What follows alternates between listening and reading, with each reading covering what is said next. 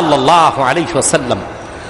হাদিসের কিতাবে এসেছে নবীজি মুহাম্মদ সাল্লাল্লাহু আলাইহি ওয়াসাল্লাম ১৫০০ বছর আগে যেই উষ্টির উপর চড়তেন, ওই উষ্টিটা এক সময় গর্ভবতী হয়ে গেল, বাচ্চা প্রসব করবে। মদিনা শরীফ থেকে ২৫ কিলোমিটার দূরে একটা জায়গা আছে, তার নাম আল খলিল। উষ্টিটা মদিনা মুনাওয়ারার পবিত্র জমিনে বাচ্চা খালাস করে নাই, মদিনা নাপাক হয়ে যাবে।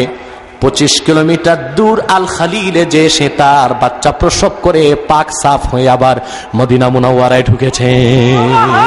সুবহানাল্লাহ। আল্লাহর হাবিবের তাজিম উষ্টি কি কিরকম করতো, সুবহানাল্লাহ সুবহানাল্লাহ।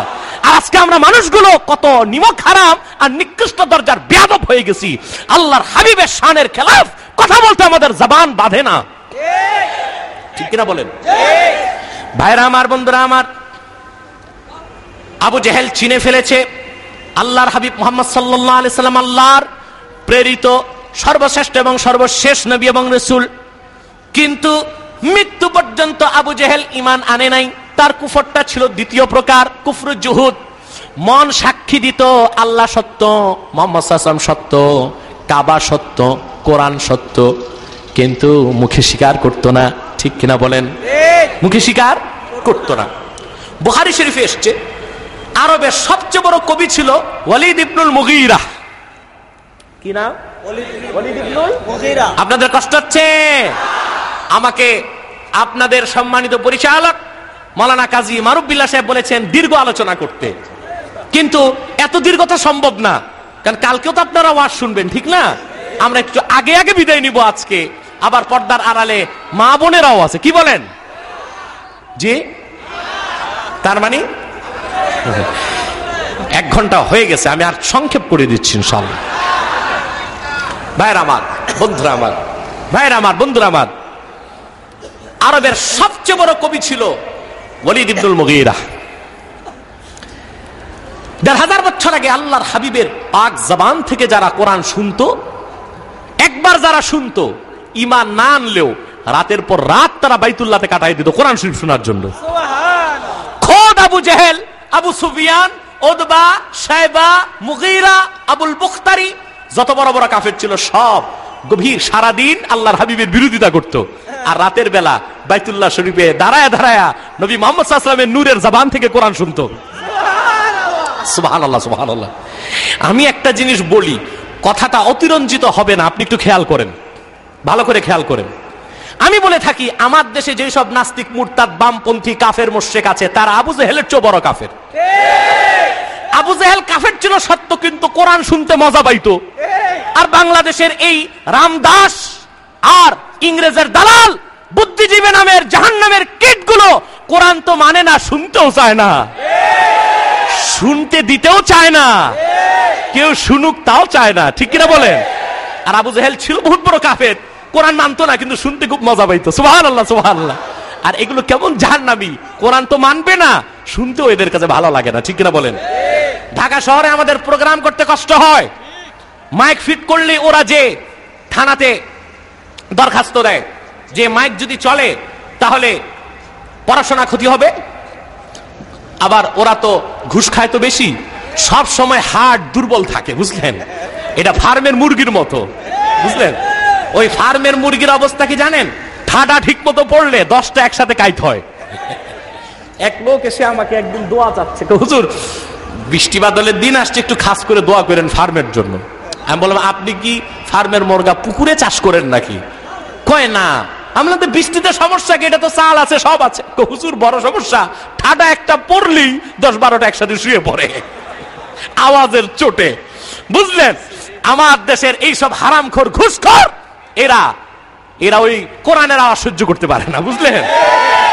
সবসময় হাত দুর্বল থাকে।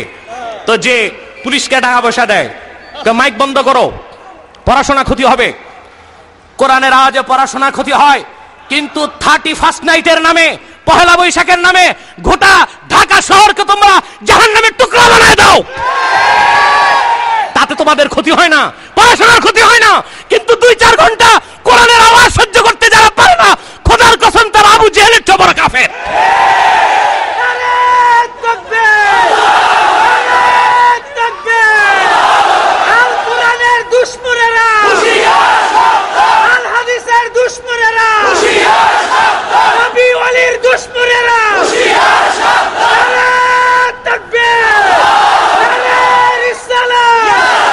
সাল্লাল্লাহু আলাইহি ওয়াসাল্লাম। ভাইরা আমার, বন্ধুরা আমার, আবু জেহেল কাফের ছিল বড়, কিন্তু সারা রাত জেগে জেগে কোরআন শরীফ শুনতো। সুবহানাল্লাহ, সুবহানাল্লাহ। একদিন আবু জেহেল দৌড়ে আসছে ওয়ালিদ ইবনুল মুগীরার কাছে, যে ছিল আরবের সবচেয়ে বড় কবি। এসে কয়, দোস্ত, বাপ দাদার ধর্ম তো গেল। তার মানে তুমি জানো না মুহাম্মদ সাল্লাল্লাহু আলাইহি ওয়াসাল্লাম ইসলামের দাওয়াত দিচ্ছেন? ওনার পবিত্র নূরের জবান থেকে যারাই কোরআন শুনে একবার, তারাই তো মুসলমান হয়ে যাচ্ছে। তো কোরআন জিনিসটা আসলে কি তুমি নিজে একটু শুনো। ওয়ালিদ ইবনুল মুগীরা দয়াল নবীজি মুহাম্মদ সাল্লাল্লাহু আলাইহি ওয়াসাল্লামের খেদমতে একদিন আসলেন। আল্লাহর হাবিব সাল্লাল্লাহু আলাইহি ওয়াসাল্লামের কাছে কোনো প্রশ্ন করার সুযোগ সে পায় নাই। আল্লাহর হাবিব তাকে দেখেই সূরা নাহাল থেকে 90 নম্বর আয়াতটা তেলাওয়াত শুরু করলেন। সুবহানাল্লাহ। কত নাম্বার? 90। বিশ্বনবী মুহাম্মদ সাল্লাল্লাহু আলাইহি ওয়াসাল্লাম পবিত্র পাক নূরের জবানে আল্লাহর ওহী পড়তে লাগলেন। ইন্নাল্লাহা ইয়া'মুরু বিল আদলি ওয়াল ইহসানি ওয়া ইতা'i যিল কুরবা ওয়া ইয়ানহা আনিল ফাহশাই ওয়াল মুনকারি ওয়াল বাগই ইয়া'iযুকুম লা'আল্লাকুম তাযাক্কারুন। কন্যা সুবহানাল্লাহ। কি মজা! সুবহানাল্লাহ, সুবহানাল্লাহ। পারেন আপনারা? পড়েন আমার সাথে, ইন্নাল্লাহা ইয়া'মুরু বিল আদলি ওয়াল ইহসানি ওয়া ইতা'i যিল কুরবা ওয়া ইয়ানহা আনিল ফাহশাই ওয়াল মুনকারি ওয়াল বাগই ইয়া'iযুকুম লা'আল্লাকুম তাযাক্কারুন। আল্লাহু আকবার। ভাইরা আমার, বিশ্বনবী আমার মুহাম্মদ সাল্লাল্লাহু আলাইহি ওয়াসাল্লাম কোরআন শরীফের একটা আয়াত পড়লেন, ওয়ালিদ ইবনুল মুগীরার চোখ থেকে অঝোর ধারায় পানি ঝরতে লাগলো। আর ওয়ালিদ ইবনুল মুগীরা কোরআনের কি মজা পেল, তার নিজের কথাটাই বুখারী শরীফের মধ্যে এসেছে। সে চিৎকার দিয়া কয়, ওয়াল্লাহ ইন্না লাহু লাহালাওয়া ওয়া ইন্না আলাইহি লাতালাওয়া। আল্লাহু আকবার। আল্লাহর কসম, মুহাম্মদ সাল্লাল্লাহু আলাইহি সাল্লাম আপনি যা শুনালেন এটা খুব মজা, খুব মিঠা। সুবহানাল্লাহ। আরবিতে মিঠারে কয় হুলউন। কি বলে? হালাওয়া। যারা মিঠা মিষ্টি টিষ্টি বিক্রি করে এদেরকে বলে হালাওয়ানি কিংবা মুহাল্লি। বুঝলেন? মানে হালুয়া, প্রত্যেক মিঠা জিনিসই কি হালাওয়া। হালুয়া কোনোদিন টক খাইছে? জাল খাইছেন? মানুষ তরকারি খায়, কখনো জাল খায়, কখনো মিষ্টি খায়, ঠিক কিনা? অনেকে ডিম রান্না করে রসগোল্লার মতো মিঠা দিয়া, এইরকম অনেক টাইপের মানুষ খায়। কিন্তু সুকা হালুয়া কোনোদিন খাইছেন? হালুয়া মানে কি? মিঠা মিষ্টি। সে বলল, মুহাম্মদ সাল্লাল্লাহু আলাইহি ওয়াসাল্লাম আপনি যে কোরআন শোনালেন এটা খুব মজা, খুব মিঠা, কেমন খাইতে মন চায়, কেমন শুনতে মন চায়, আর তার অর্থগুলো স্বর্ণের পাতা তুললো। আল্লাহু আকবার। মাথাটা নত করে কোরআনের একটা আয়াতের সামনে মক্কার তৎকালীন বিখ্যাত কবি মস্তক অবনত করে বের হয়ে গেল। সুবহানাল্লাহ কইবেন না? আবু জেহেল দৌড়ে গেছে। তো দোস্ত খবর কি? ওয়ালিদ ইবনুল মুগীরা ডাক দিয়ে বলল, ওয়াল্লাহি মা মিনকুম আহাদুন আ'লামা বিল আশআরি মিন্নি। কাবার প্রভু আল্লাহর কসম, গোটা মক্কার ভূখণ্ডে আমার চেয়ে বড় কবি সাহিত্যিক তোমাদের মধ্যে কেউ নাই। আমি কাবার মালিকের শপথ করে বলছি, মুহাম্মদ সাল্লাল্লাহু আলাইহি ওয়াসাল্লাম যা শুনিয়েছেন এটা কোনো মানুষের কথা নয়, আল্লাহর কালাম। কার কালাম?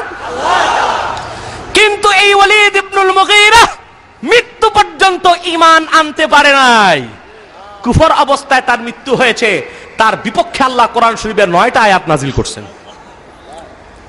এটা ছিল দ্বিতীয় প্রকার কুফর। কোন প্রকার? দেখছেন অবস্থা? পুরা স্বীকৃতি চলে আসছে যে কোরআন আল্লাহর কালাম, কিন্তু মুখে এসে আবু জেহেলের কাছে যখন এই কথাটা বলল, আবু জেহেল ডাক দিয়ে বলল, তুমি নিজে যদি এই কথা বলো তাহলে লাত মানাতের ধর্ম আর মক্কায় থাকবে না। সে বলল, কি বলতে হবে? আবু জেহেল শিখাই দিয়েছে, তুমি বলো এটা জাদু। যেরকম নাউজুবিল্লাহ। কোরআন মহাসত্য, সে বুঝতে পেরেছিল কিন্তু মুখে স্বীকার। এটা কুফরুল জুহুদ। কুফর কয় প্রকার? বিষয় মনে আছে? ঈমান বনাম কুফর ও ধর্মনিরপেক্ষতা। ঈমান বনাম কুফর ও ধর্মনিরপেক্ষতা। ধর্মনিরপেক্ষবাদীরা কোন দরজার কাফের এই আলোচনায় ঢুকবেন একটু পরে, ইনশাআল্লাহ কইবেন না? এই কথাগুলো কি আমার না কোরআনের? জোরে বলেন, জোরে বলেন। আমার ব্যক্তিগত বক্তব্যের ক্ষেত্রে রাষ্ট্রীয়